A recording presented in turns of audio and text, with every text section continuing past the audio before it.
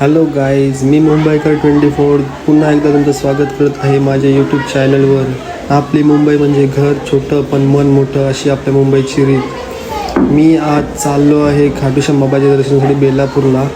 तर आता मी आहे चुनाभट्टी स्टेशनला. सकाळचे 7:30 वाजले आहेत आणि मी सकाळीच निघालो आहे, कारण सध्या थंडीचं वातावरण चालू आहे आणि सकाळच्या गारगार हवेतून प्रवास करायला खूप छान वाटतं.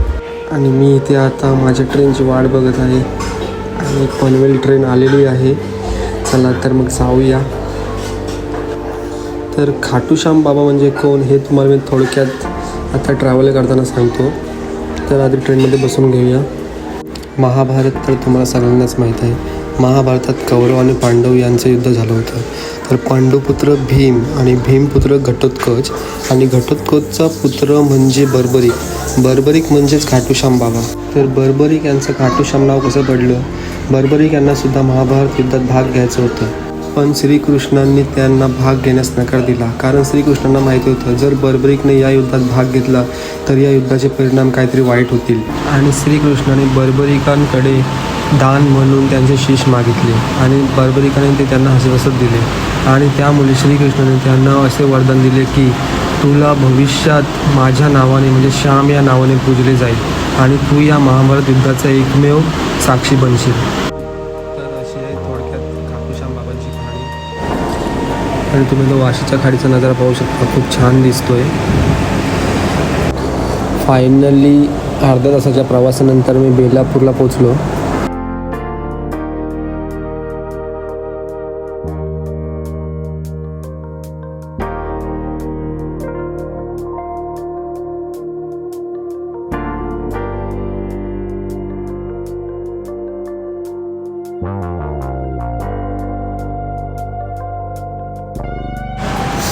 आणि मी बाहेर निघतानाच रॅपिडो बुक केली. इथून तुम्हाला रॅपिडो फक्त 25 रुपयात खाटूश्याम बाबाच्या मंदिरापर्यंत सोडते. आणि मला भूक पण लागली होती, तर मी स्टेशनलाच नाश्ता करून घेतला आणि निघालो तिथून.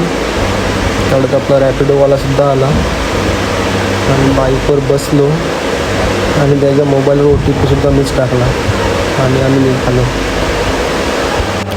आणि या रॅपिडोवाल्या दादांनी काय गुगल मॅप लावला नव्हता, त्यामुळे आम्ही रस्ता भटकलो आणि फिरत 2-3 लोकांना विचारला. त्यांनी सांगितलं इकडे जा. हेच आम्ही त्यांनी सांगितलेल्या दिशेने निघालो आणि फायनली आम्हाला रस्ता भेटला.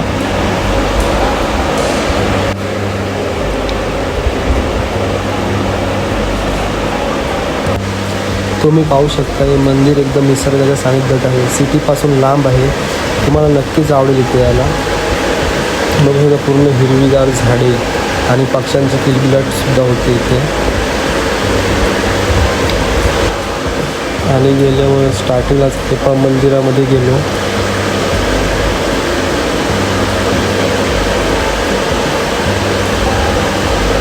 अय्यप्पा मंदिरात जाताच आधीच तत्वमसी देवाचं दर्शन घेतलं.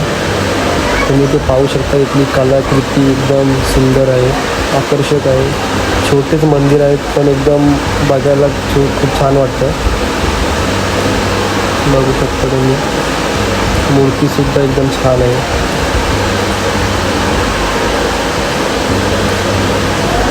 आणि या ठिकाणी मस्त थंडगार वाटतं एकदम. आणि जुने मंदिर आहेत. नक्षीकाम पाहू शकता तुम्ही मंदिराचं.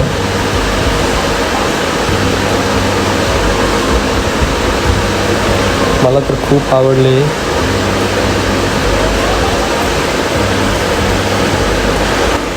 आणि हे आहे मल्लिका पुरातन मंदिर.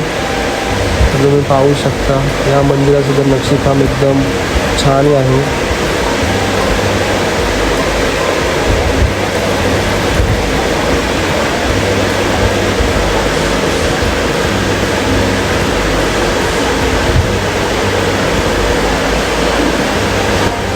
आणि लगेचच मी तिथेच नागराजू या देवाचे दर्शन घेतलं. तुम्ही पाहू शकता छोट्याशा 2 मूर्त्या आहेत. नंतर पुढे आल्यावर तुम्ही हा जो तत्वमसी मंदिर देवाचं मंदिर बघितलं त्याची बॅक साईड आहे. बॅक साईडला सुद्धा खूप छान नक्षीकाम केलं आहे. नंतर पुढे गेल्यावर बाजूलाच आपले लाडके गणपती महाराज यांचं मंदिर आहे. मंदिराच्या बाहेरच्या मूर्त्या खूप आकर्षक वाटतात.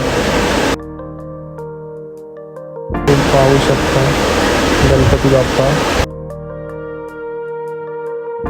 बाप्पाची मूर्ती सुद्धा एकदम आकर्षक रेखीव आहे. असं आहे हे अय्यप्पा मंदिर. खूप छान आहे, खूप मस्त वाटतं पाहून. आणि तिथले दर्शन घेऊन मी पुढे निघालो खाटूश्याम बाबाच्या दर्शनासाठी.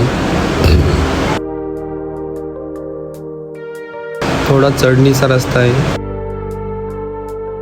खाटूश्याम बाबांच्या मंदिराच्या बाहेर श्री संत गजानन महाराजांचं मंदिर आहे.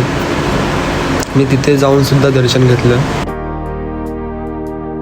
म्हणजे इथे खूप सारे मंदिर आहेत, असं नाही की एकच मंदिर आहे. तुम्ही बघू शकता पूर्ण निसर्गाच्या सानिध्यात आहे सर्व इथे.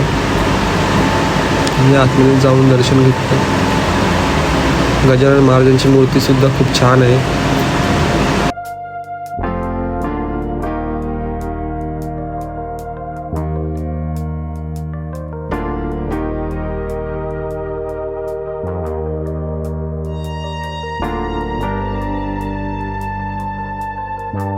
आणि मी गजानन महाराजांचं दर्शन घेऊन मेन मंदिराच्या परिसरात एंट्री घेतली. या मंदिराच्या परिसरात 4 मंदिर आहेत. हनुमान मंदिर, दुर्गा माता मंदिर, खाटूश्याम बाबा मंदिर आणि महादेव मंदिर. तर जाऊया, बघूया. इथे गाडी पार्किंगला सुद्धा जागा आहे. तर तुम्ही 4 व्हीलर 2 व्हीलर घेऊन असाल तर तुम्ही ते पार्किंगसुद्धा करू शकता. आणि स्टार्टिंगला आपल्याला लागतं हनुमान मंदिर. बघू शकता हनुमंताची मूर्ती किती छान आणि आकर्षक आहे.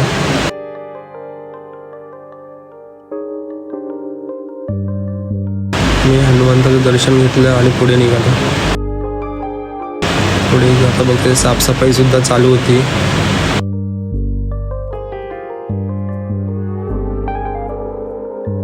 मंदिराच्या पायऱ्या चढताच क्षणी तुम्हाला दुर्गे मातेचे दर्शन होईल समोरासमोर एकदम. खूप छान एरिया आहे हा.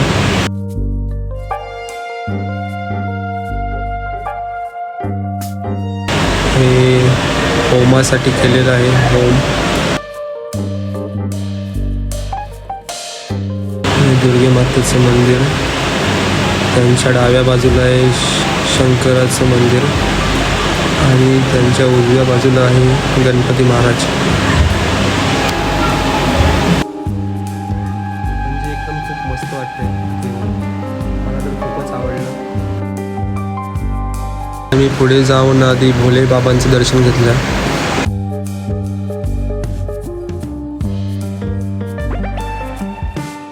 नंदी महाराजांची मूर्ती,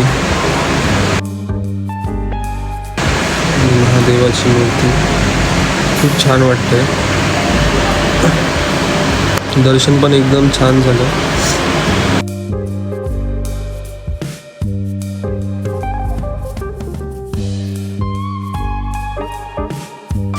आणि मी येऊन खाटूश्याम बाबांच्या मंदिरासमोर थांबलो कारण त्यांची तयारी अजून झाली नव्हती. त्यांची फुलांची सजावट चालू होती.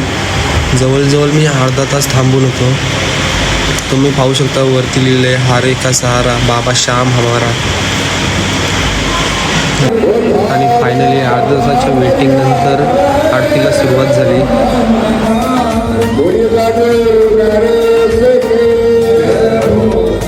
आणि आरती चालू असतानाच खाटूश्याम बाबांचं सुंदर असं रूप पाहायला मिळालं.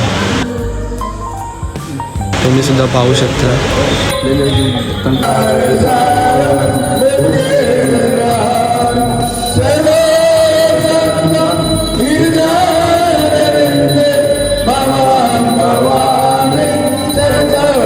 तुम्ही आणि मला माहीत नव्हतं की सकाळची आरती मला मिळेल आणि मी खूप लकी आहे असं वाटते मला.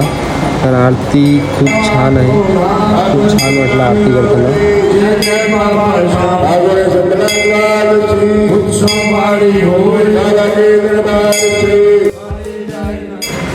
आणि आरती झाली, देवाचं दर्शन घेतलं, प्रसाद घेतला आणि मी तिथून निघालो. जर तुम्हाला इथे यायचं असेल तर तुम्ही बेलापूरवरून प्रायव्हेट ऑटोने सुद्धा येऊ शकता किंवा ओला उबेरने सुद्धा येऊ शकता.